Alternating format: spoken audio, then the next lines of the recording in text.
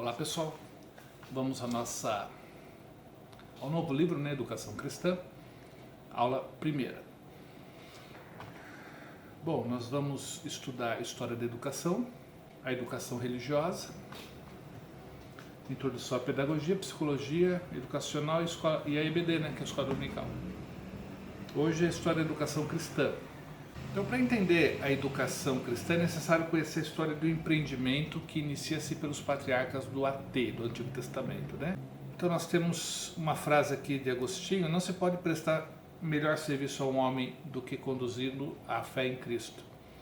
Em consequência, nada há mais agradável a Deus do que ensinar a doutrina cristã. Claro que ações humanitárias são fundamentais. Dons espirituais são fundamentais no desenvolvimento do ministério. Mas tudo isso são ferramentas. Ferramentas que lhe ajudam ao próximo, de amenizar a dor da humanidade. A missão da igreja é diminuir a dor da humanidade, o sofrimento da humanidade. Quem vai acabar com o sofrimento da humanidade é o Messias no seu retorno. Haverá uma série de eventos que vão culminar com Apocalipse 21 e 22. Aí sim, acaba o sofrimento. Ali não haverá mais choro, dor, morte. Mas nós, como cristãos, temos uma missão de amenizar a dor. E uma forma fundamental de você amenizar a dor de alguém é a verdade. Uma pessoa escrava de mentiras, ela sofre as consequências dessa mentira. A mentira escraviza a partir da mente. Porque uma mente controlada pela mentira, todo o seu ser, seus relacionamentos serão controlados pela mentira. Isso vai gerar dor. Porque a verdade seria a maneira correta de você se relacionar com Deus, consigo, com o próximo. E essa verdade liberta, ou seja, entre a verdade sai a mentira, entre a verdade que constrói, sai a mentira que destrói. Então nós vamos continuar a diminuir a dor do sofrimento humano, a dor humana, mas a principal forma de efetuar isso é através da verdade. Os espíritas fazem um trabalho filantrópico, assistencial, humanitário, tremendo, mas o que eles creem não é a verdade. Então a pessoa recebe uma assistência social, mas não recebe a verdade, continua escravo de Satanás, dos demônios, da mentira e assim por diante. Então, a educação cristã é lembrar a igreja a importância de anunciar a verdade. Então, temos aqui que havia sistemas primitivos de educação. Isso é uma boa leitura que vai te ajudar. A primeira escola de um judeu era o seu lar. Os mestres eram os pais e os alunos eram os filhos. O lar nunca perdeu a sua importância como lugar primário de aprendizado. Então surgiram as escolas de profetas, que dirigiram o primeiro ensino sistemático e constante fora dos lares. Eles encontraram em Moisés a sua grande inspiração. Um dos grandes equívocos do cristianismo é achar que o cristianismo começa no templo, na igreja, nas reuniões da igreja. É na igreja, no templo, na denominação, no local de reunião, que se aprende a palavra de Deus. Esse é o grande equívoco que a Bíblia deixa bem clara que não é assim. O cristianismo, a vida com Deus começa no lar, na família. Os pais vivendo o evangelho e passando para os filhos esse mesmo evangelho. Os pais tendo um relacionamento com Deus, não apenas um conhecimento teórico intelectualizado, mas um relacionamento com Deus real e passando para as gerações futuras desse relacionamento. Então, a vida com Deus começa no lar e não na igreja. A igreja dá um up, a igreja faz um complemento. A igreja vai te ajudar na sua missão paternal, maternal, mas não é o primeiro centro de formação de discípulos de Cristo é o lar. Em Deuteronômio 6,4 está escrito, esse aqui é o Shema, o judeu piedoso. Nem todo judeu é piedoso, tem judeu que ele pratica por cultura, não por religião. A maioria é cultura, não é religião. Ouve Israel, o Senhor nosso Deus é o único Senhor. Esse é o Shema de Israel, eles recitam 2 vezes por dia, ao acordar e à tardinha. Shema Israel, Adonai Elohenu, Adonai Erad. Ou Israel, o Senhor é nosso Deus, o Senhor é único. Aí vem a exortação: amarás, pois, o Senhor teu Deus de todo o teu coração, de toda a tua alma e de toda a tua força. Então, eu e você devemos amar o Senhor com 100% do coração, 100% da alma, 100% das forças.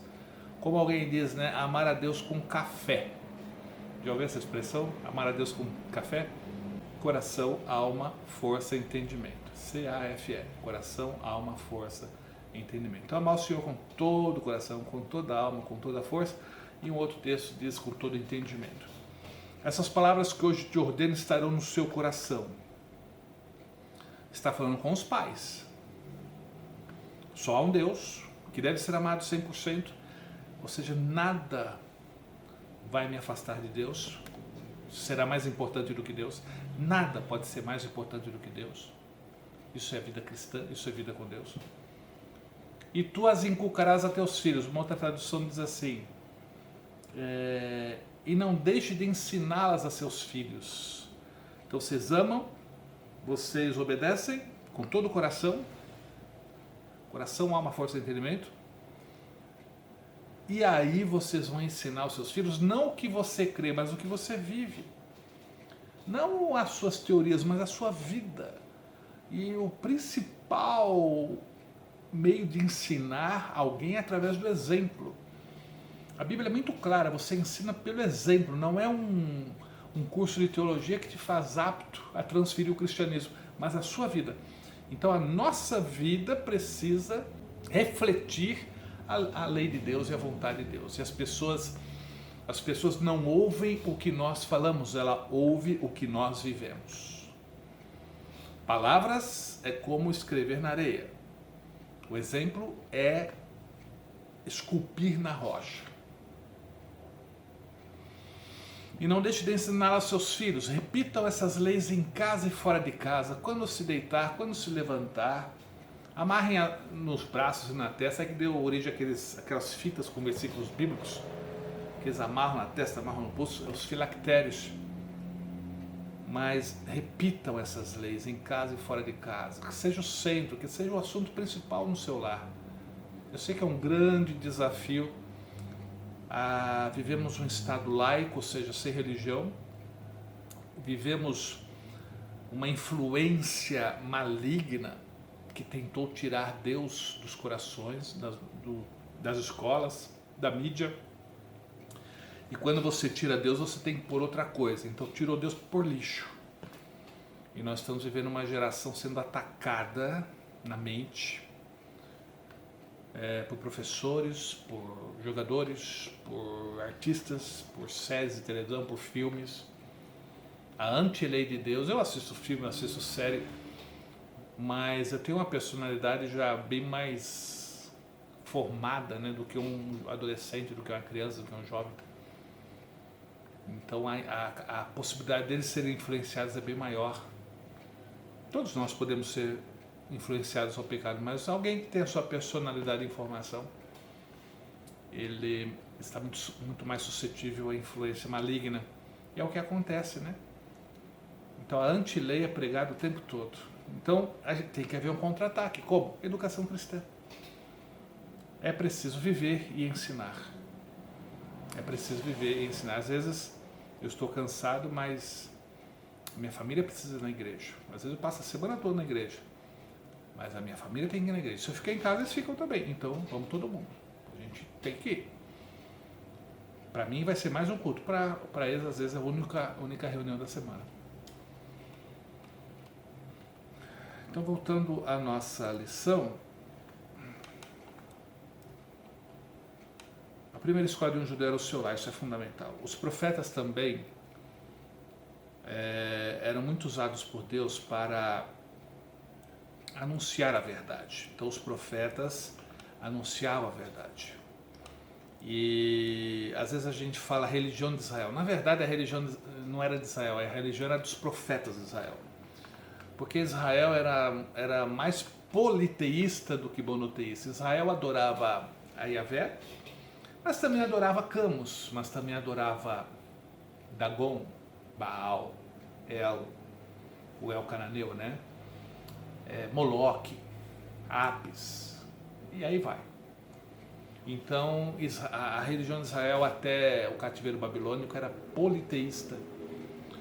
Agora, a religião dos profetas, dos sacerdotes, dos homens e mulheres de Deus era realmente monoteísta, né? Então, dizer que a religião de Israel, não, a religião dos profetas de Israel, a religião do povo dentro do povo que temia o Senhor. E era eles que passavam de pai para filho a religião. Começou com Adão e foi até José, a história da família do Messias, passando de pai para filho. Então surgiram as sinagogas. A sinagoga, tem uma imagem aqui da sinagoga.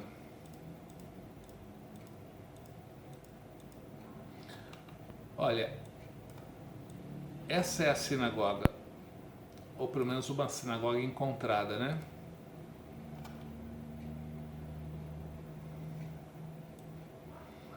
Essa é uma das sinagogas encontradas, uma grande sinagoga, né? Normalmente a sinagoga de Nazaré, por exemplo, era só um quartinho desse aqui. Então, quanto maior a cidade, mais rica a cidade, melhor a sinagoga. A sinagoga de Nazaré, onde o Senhor Jesus anunciou ser o Messias, eu vi alguns sítios arqueológicos, era bem pequena. E a sinagoga ensinava a lei, a reunião no Shabat, no sábado, ele ensinava a lei, a Torá, e também servia como sistema educacional. Então, serviço educacional, a criança, principalmente o menino, né? Porque a menina aprendia em casa. É uma sociedade bem machista, né? O Oriente é muito machista. E normalmente eram os meninos que aprendiam. Eles aprendiam a ler e escrever na própria lei.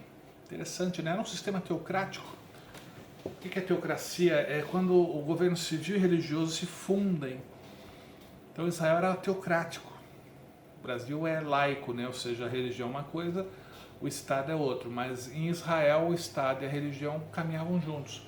A Constituição de Israel era a Torá. Essa era a sinagoga que contribuiu para o ensino religioso e ensino, alfabetização, escolarização dos judeus, né?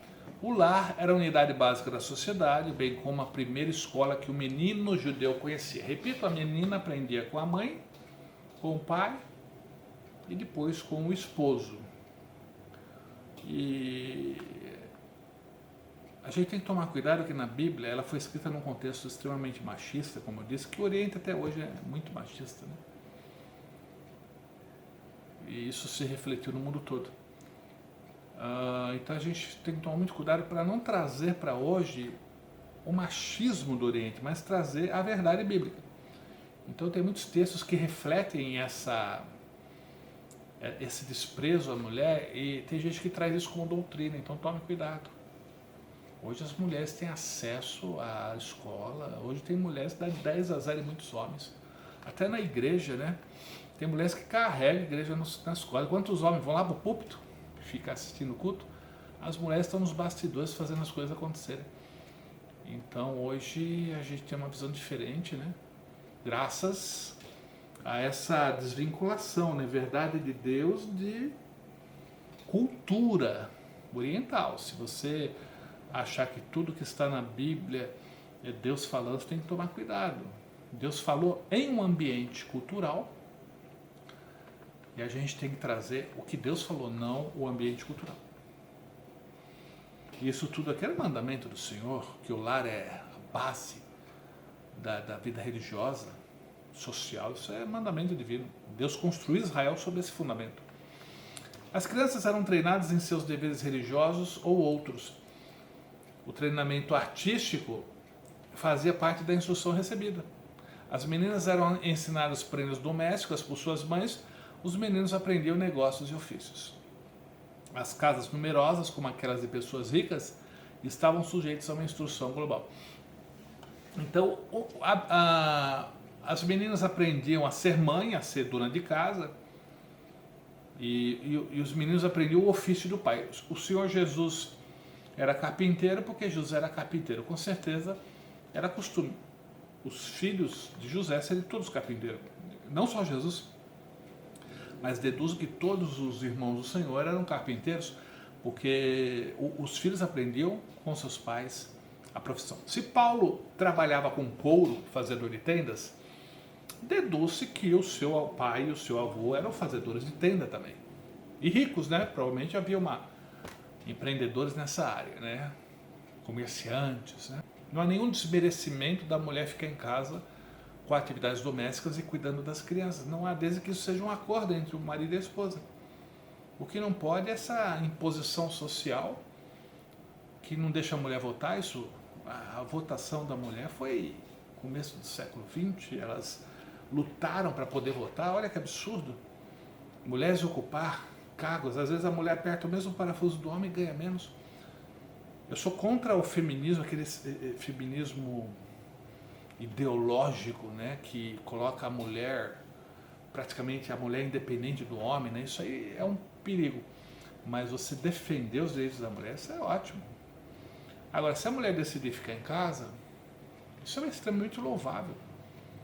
E o marido, então, vai buscar o pão diário e a mulher cuida das crianças, e isso exerce uma influência tremenda. Eu sou fruto, o meu cristianismo é fruto da influência da minha mãe. Meu pai, tadinho, não tinha nem para ele, ia trabalhar, mas quem me levava na igreja, quem me ensinava a vida cristã, minha mãe. Cuidava da casa, fazia os bicos dela, costureira e tal. E quando eu estava maiorzinho já tinha um emprego fora. Mas isso tem que ser uma decisão dos dois, não pode ser uma imposição da sua.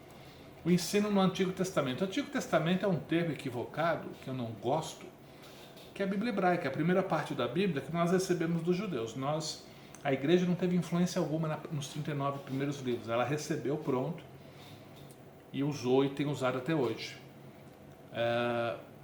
Então, o ensino no AT, na Bíblia hebraica, no Antigo Testamento, ele, até Moisés, o ensino religioso, como é que Moisés, que nasceu no começo de Êxodo, sabia do seu nascimento, sabia do cativeiro egípcio, sabia do livro de Gênesis inteiro, 50 capítulos, de Adão até José.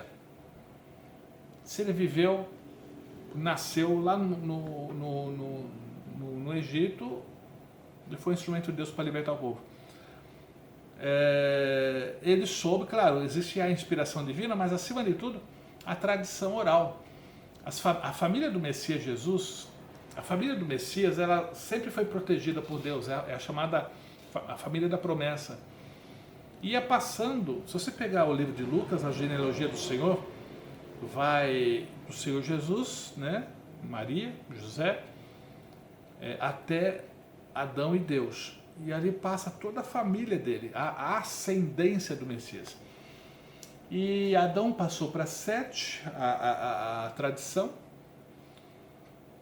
o que aprendeu de Deus, e Sete passou para o seu filho, para Noé, para Abraão e assim por diante, Judá, e Judá passou para a sua família. Então, tradição oral, quando há a transferência de informações do pai para o filho, com a supervisão do avô, do bisavô, para ver se está certinho. Então o pai passa para o filho, memoriza, coisa que a gente não tem esse hábito, mas havia esse hábito. Então memoriza e os mais antigos vigiando para não falar besteira, né? Se falasse alguma coisa fora, tinha que consertar. Na verdade, a docência do AT, no Antigo Testamento, significa o caminho pelo qual Deus conduz seu povo. São lembradas a cada geração as maravilhas que o Senhor fez e cantadas suas bênçãos para o povo. Então, continuamente no louvor, na recitação, no texto, a palavra de Deus era ensinada. Essa semana, casualmente, alguém me falou algo. Olha que lindo esse texto aqui, ó. Portanto, a fé vem por ouvir a mensagem de Deus. E a mensagem vem por meio da pregação a respeito de Cristo. Olha a outra tradução. A fé vem pela pregação e a pregação pela palavra de Cristo. A tradução mais antiga de Almeida, logo a fé vem pelo ouvir e o ouvir vem pela palavra de Cristo. Eu estava olhando no original, não sei fechar o assunto, mas é como se a palavra de Deus jorrasse fé. Eu achei lindo isso. Eu percebo pela construção do original que a fé, ela saiu de dentro da palavra. Então é como se a palavra jorrasse fé. E normalmente a gente pega o que jorra com a mão, né? Mas nesse caso você vai pegar a fé ouvindo. Então a palavra de Deus jorra fé e eu ouço essa palavra e pego a fé que está sendo jorrada pela palavra. Olha que lindo isso. Então a palavra de Deus tem que ser pregada, a palavra de Deus tem que ser ensinada, a palavra de Deus tem que ser citada, a palavra de Deus tem que dominar nossas conversas. Ela tem que estar no nosso lar, ela tem que estar nas pregações, nos hinos, porque ela jorra fé e quando eu ouço, eu pego essa fé, eu tomo para mim essa fé. Então você entende melhor, logo a fé vem pelo ouvir e o ouvir através da palavra de Deus, que é ela que jorra fé. Nenhum outro livro jorra fé, a não ser a palavra de Deus. Eu vejo a responsabilidade nossa com a educação cristã, no nosso lar, na igreja, hinos fundamentados na Bíblia, e principalmente quem pregar a Bíblia, né? Porque é muito fácil. Pregar a Bíblia dá trabalho, gente, para preparar um sermão. Segundo Hernandes Dias Lopes, ele disse assim: irmãos, eu prego há 35 anos, mas eu ainda preciso, todo domingo ele prega na igreja dele, né? Ou em algum lugar, eu ainda preciso de 10 horas para preparar o meu sermão. Então dá trabalho pregar a mensagem bíblica. Você tem que, cada citação, cada texto bíblico, você tem que pesquisar se está sendo bem aplicado. Não estou falando nem a vida com Deus, a oração, a vida, não, estou falando só realmente no estudo do que você vai pregar. E 10 horas para pregar 40 minutos. Ele falou, há 35 anos que eu prego, eu ainda uso 10 horas para pregar a palavra de Deus. E o mais fácil é não ter essas 10 horas, ou não dispor dessas 10 horas, é o mais comum, e a pessoa acabar, desculpe com todo carinho, eu digo isso, que é muito, não é por má vontade, mas é circunstancial. Ao invés de levar um manjar para a igreja, leva um miojo lamen, né, que é mais rapidinho, né? Uma comida bem preparada é 2, 3 horas. Agora o miojo, quanto que é? Uns 5 minutos, 3 minutos? Então tem gente que só prega miojo, porque não tem tempo, trabalha o dia todo e tal. Ou às vezes não tem vontade de estudar, às vezes não prioriza o estudo da palavra, aí fica dando miojo para a igreja. Na verdade, a docência do AT significa o caminho pelo qual Deus conduz o seu povo. Então, os salmos, os profetas, as liturgias procuravam mencionar a palavra de Deus para que o povo não se esquecesse, porque sem a palavra não jorra a fé. E a pessoa então, se não ouve a palavra, não vai capturar a fé que a palavra de Deus gera. Olha que bênção que é a palavra, e que perigo uma igreja, ou um crente, ou um cristão que despreza a palavra. Então nós temos aqui, no tempo dos reis, profetas e sacerdotes, na época de Esdras teve uma influência. Olha, são 3 personagens do pós-Babilônia, pós-cativeiro babilônico, em sequência, né? Zorobabel, Esdras e Neemias. Zorobabel, construtor do templo. Neemias, construtor das muralhas. E o Esdras, construtor da fé do povo. Ele, como escriba, como doutor da lei, estudante da lei, Esdras 7:10, leia lá Esdras 7:10, ele procurava conhecer, viver e ensinar a palavra de Deus. Então, o Zorobabel construiu o templo, Neemias construiu a muralha e Esdras construiu a fé do povo pela palavra. Então, irmãos, cada um tem o seu ministério, mas não pode faltar a construção da fé no coração do povo. Aí você dá uma boa lida. Período interbíblico. O que é o período interbíblico? Deixa eu fazer uma... Pense bem antes de responder. Qual foi o último profeta da antiga aliança? Cristo iniciou a nova aliança, ok, você sabe disso. Qual foi o último profeta da antiga aliança? O último profeta da antiga aliança... alguém vai dizer Malaquias, não. O último profeta da antiga aliança foi João Batista. Agora, se eu perguntar qual foi o último profeta da Bíblia hebraica, aí foi Malaquias. Então, Deus se revelou até Malaquias e encerrou a Bíblia hebraica, mas não encerrou a antiga aliança. Quem encerrou ali a antiga aliança foi o Senhor Jesus. E o último profeta dessa aliança foi João Batista. Então, mas entre Malaquias e João Batista dá mais de 400 anos. Então, o período interbíblico é entre João, entre o penúltimo profeta da antiga aliança e o último profeta da antiga aliança. Houve um silêncio profético, não houve revelação. Então, encerrou-se a revelação em Malaquias, recomeçou em João Batista. Esse é o período interbíblico, dá mais de 400 anos.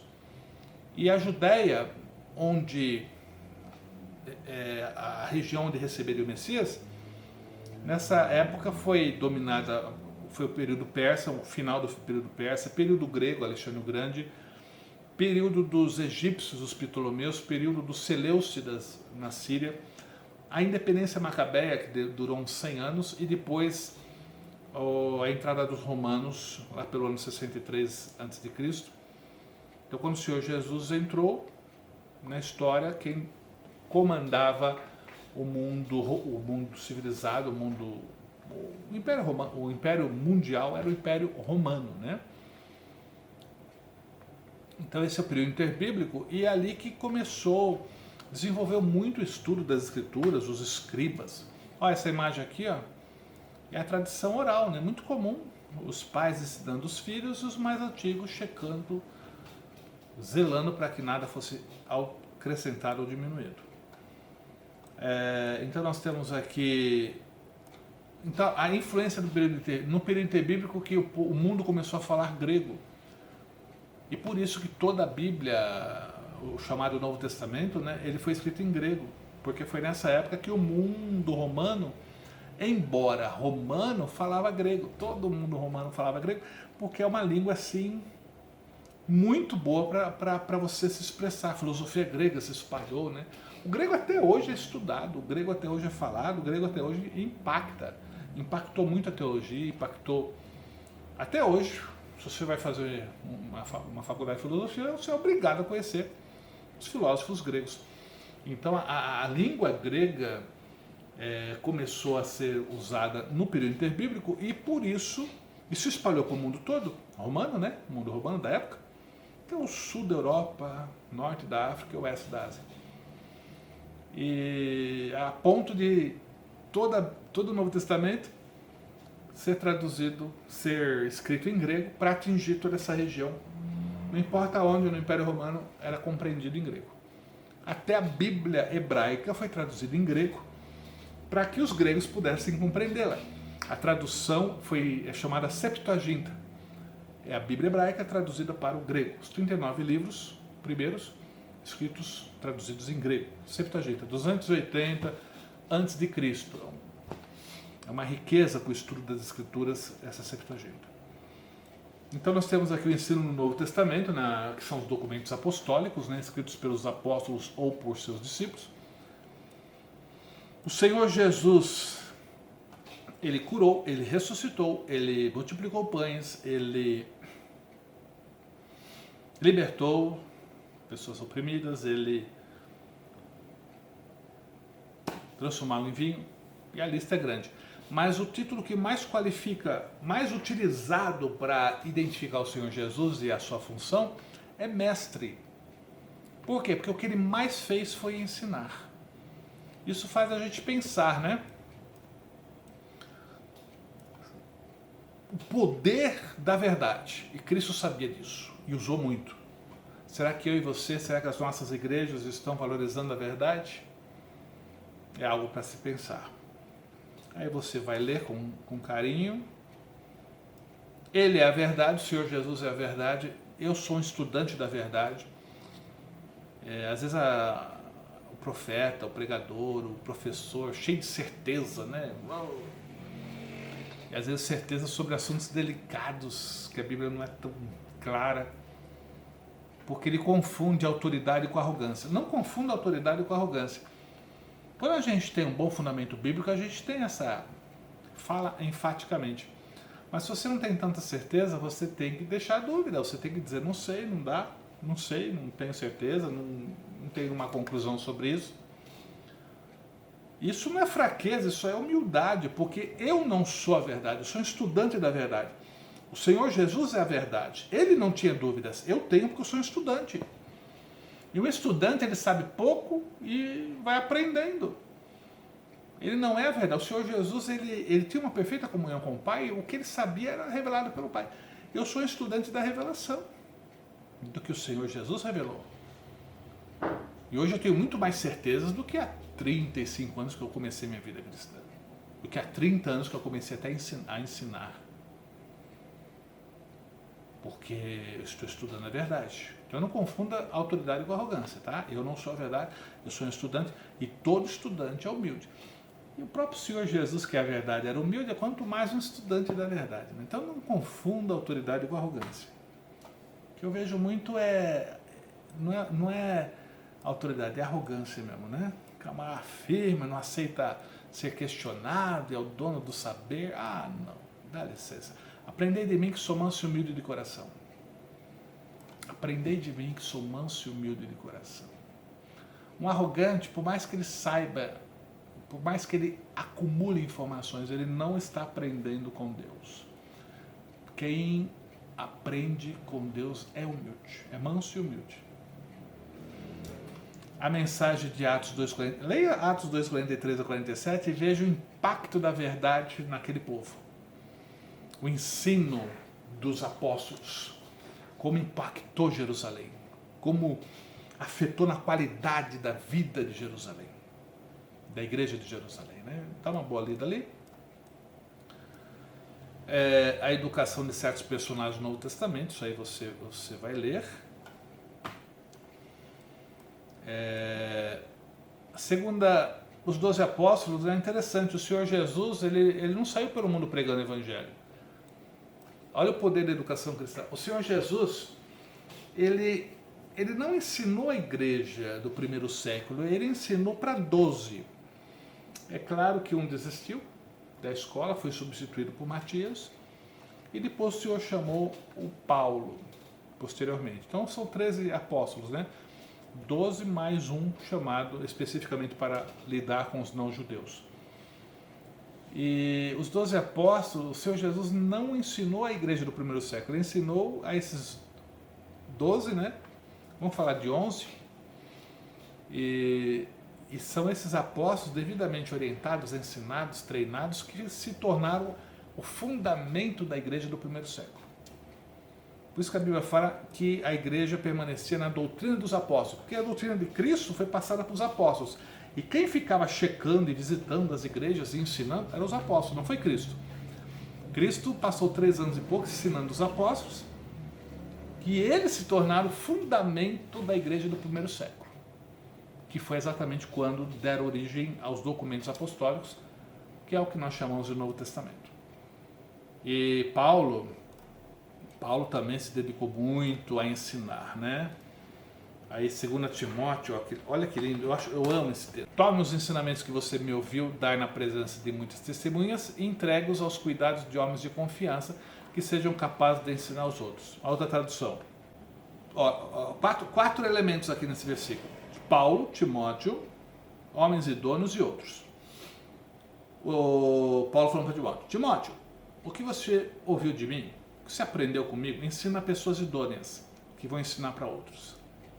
Isso funciona tão bem, irmãos, que Paulo ensinou para Timóteo, Timóteo ensinou para pessoas idôneas, ou seja, que iam viver e passar para frente, que ensinava a outros também idôneos.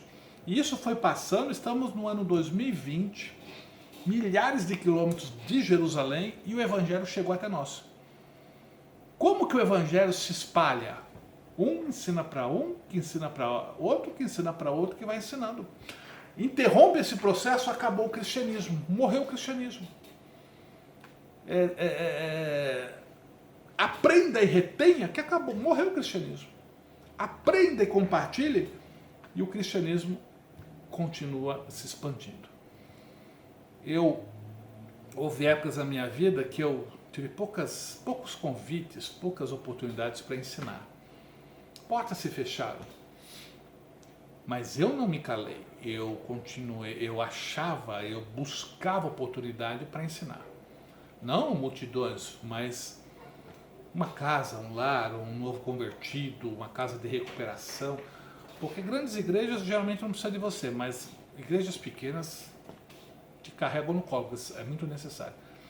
Então eu estava sempre ligado a igrejas pequenas que a gente era muito útil.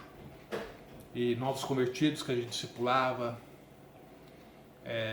casa de recuperação, o irmão que eu pude ajudar ali, me ofereci. Estão precisando de ajuda? Nossa, claro que estamos, olha, precisamos. E ali eu desenvolvi o trabalho de escola dominical, discipulado com aquela garotada.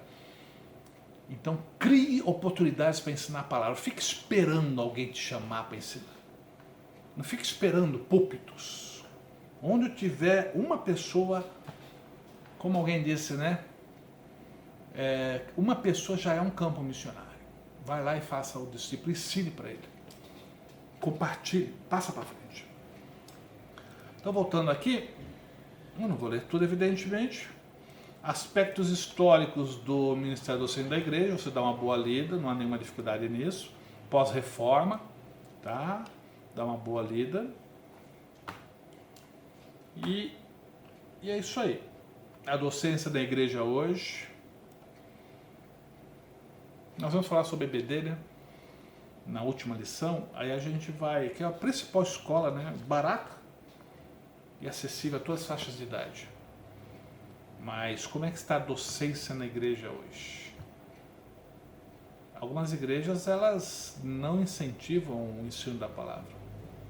Alguns crentes fogem do ensino da palavra. Fogem da oração, fogem do ensino da palavra. Ah, só vai ter escola dominical, só vai ter oração, e está fugindo do principal. Duas bases fundamentais para a vida cristã, a oração e a palavra. Mas que Deus te abençoe, um bom estudo, que o Senhor recompense o seu esforço e a sua dedicação.